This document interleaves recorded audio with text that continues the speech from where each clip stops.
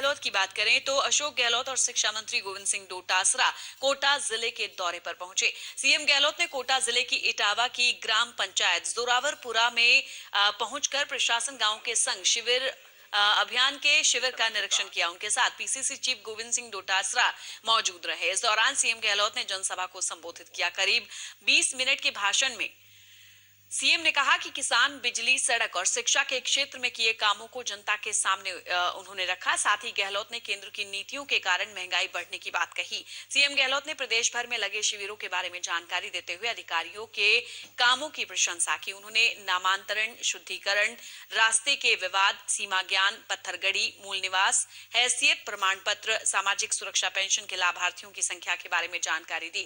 उन्होंने चिरंजीवी योजना के बारे में बोलते हुए कहा कि 5 लाख तक के कैशलेस इलाज की योजना देश भर में कहीं नहीं, केवल राजस्थान सरकार ने लागू की है। तो मुख्यमंत्री अशोक गहलोत और शिक्षा मंत्री गोविंद सिंह डोटासरा कोटा दौरे पर रहे और यहां पर उन्होंने प्रशासन गांव के संग शिविर का निरीक्षण किया और उनके साथ पीसीसी चीफ गोविंद सिंह डोटासरा भी रहे। तस्वीर भी आप देख रहे हैं यहां पर किस तरह से वो सबसे मिले, जनसभा को संबोधित भी किया। और ज्यादा बातचीत के लिए कोटा से सुनील पांचाल हमारे साथ फोन लाइन पर मौजूद है, हमारे संवाददाता। सुनील, जिस तरीके से निरीक्षण किया अशोक गहलोत ने, वहां पर संबोधन भी उन्होंने दिया, तकरीबन 20 मिनट का भाषण उन्होंने दिया, क्या कुछ खास रहा उस भाषण के दौरान?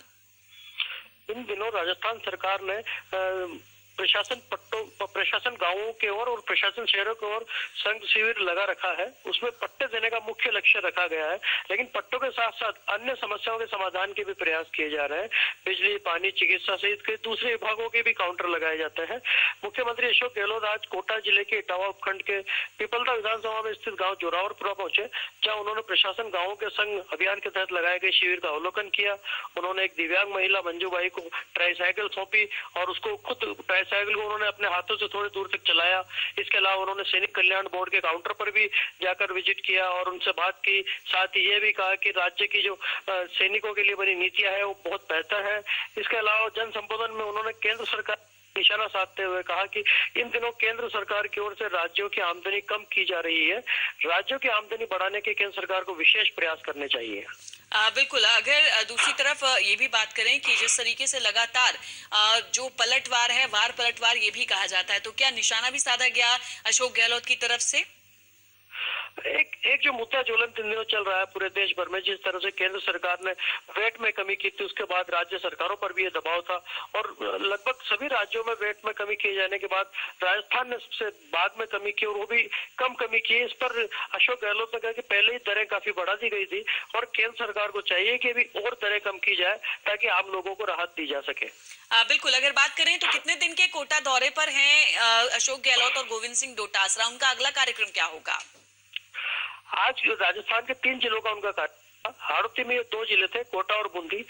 सुबह करीब 11:15 बजे मुख्यमंत्री अशोक गहलोत हेलीकॉप्टर से शिक्षा मंत्री गोविंद सिंह डोटासरा के साथ सीधे जोरावरपुरा गांव पहुंचे और वहां पर लगभग 1.5 से पौने 2 घंटा रुकने के बाद बूंदी के ठीकरदा गांव के लिए रवाना हो गए। बिल्कुल। अगला अब उनका दौरा कहाँ होगा और किस तरीके का कार्यक्रम वहां पर हो सकता है, इस बारे में क्या कुछ जानकारी मिल पाई है? गांवों के संग और प्रशासन शहरों के संग शिविर के अवलोकन का आज 3 जिलों का दौरा था, जिसमें से हाड़ौती के सिर्फ 2 ही जिले थे। कोटा और बूंदी दोनों जगह उन्होंने विजिट की है, शिविरों का अवलोकन किया है, व्यवस्थाओं को देखा है और आमजन का उत्साह भी बढ़ा है।